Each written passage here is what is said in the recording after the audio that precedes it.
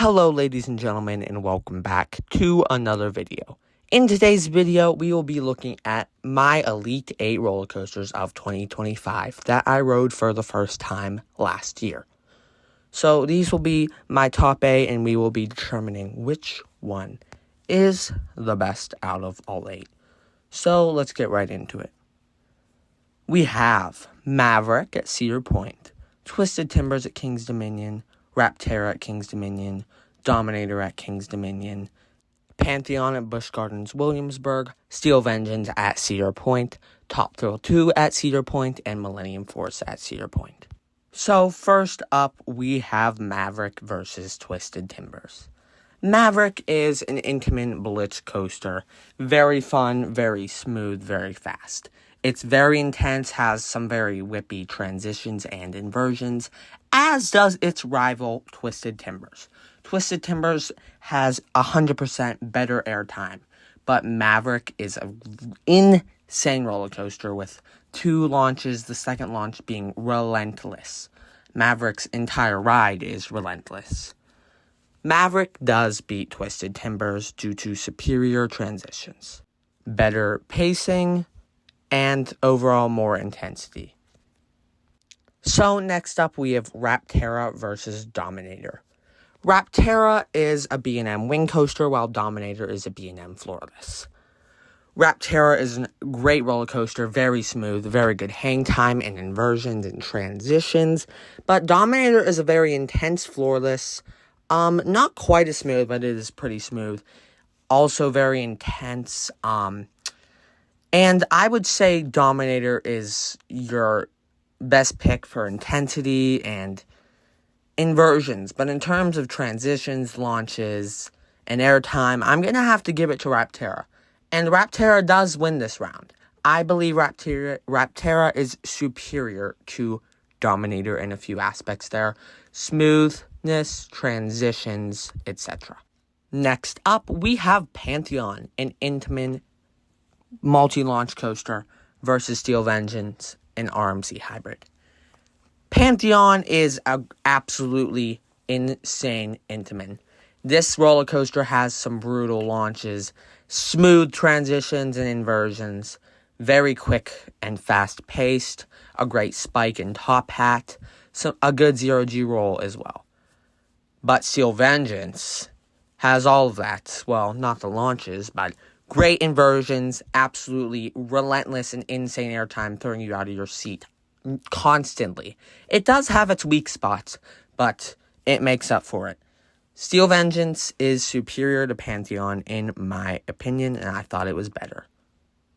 Next up, we have Top Thrill 2, a Zamperla Stratocoaster versus Millennium Force, an Intamin Giga Coaster.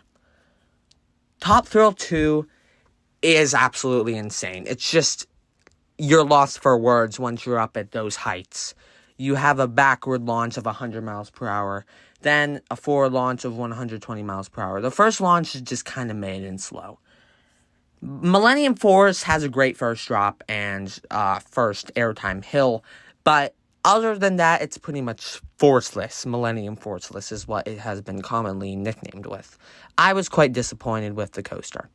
Therefore, Top Thrill 2 does win for its superior just hang time. I was absolutely blown away by Top Thrill 2. Alright, moving right along here, we have Maverick versus Rapterra. Maverick.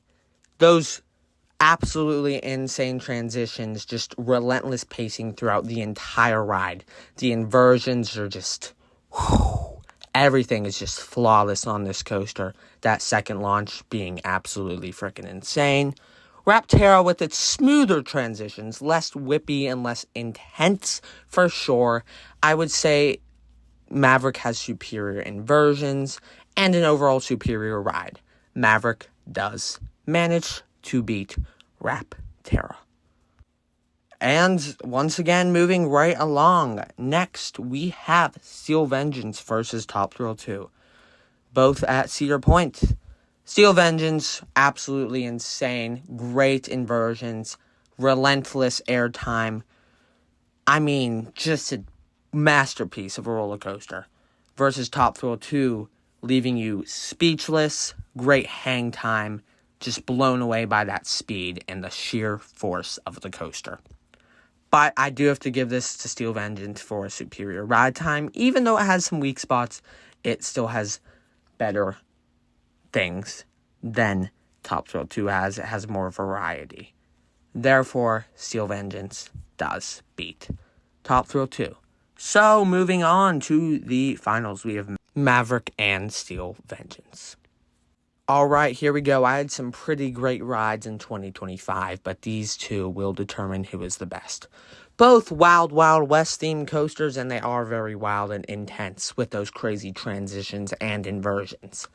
Now, we have a roller coaster that has 0 dead spots, in my opinion, besides maybe when you were held for like absolutely 0.1 second before the second launch. Maverick has an absolutely insane lineup here, but Steel Vengeance also does. Now, I'm going to have to give this to Maverick. Maverick holds a special place in my heart. I had lower expectations for it than I did for Steel Vengeance is probably one of the main reasons why I liked Maverick more. Those transitions are honestly better. The airtime is not quite as good, but those transitions and like Intamin just has a masterpiece. The horseshoe roll and those turns are absolutely insane. Like, let's just take a moment and talk about the Stengo roll there as well. Absolute masterpiece of both of these roller coasters, but Maverick, in my opinion, is superior. Steel Vengeance has more dead spots. It can be less intense as well. Good job, Maverick. You're my best coaster of 2025.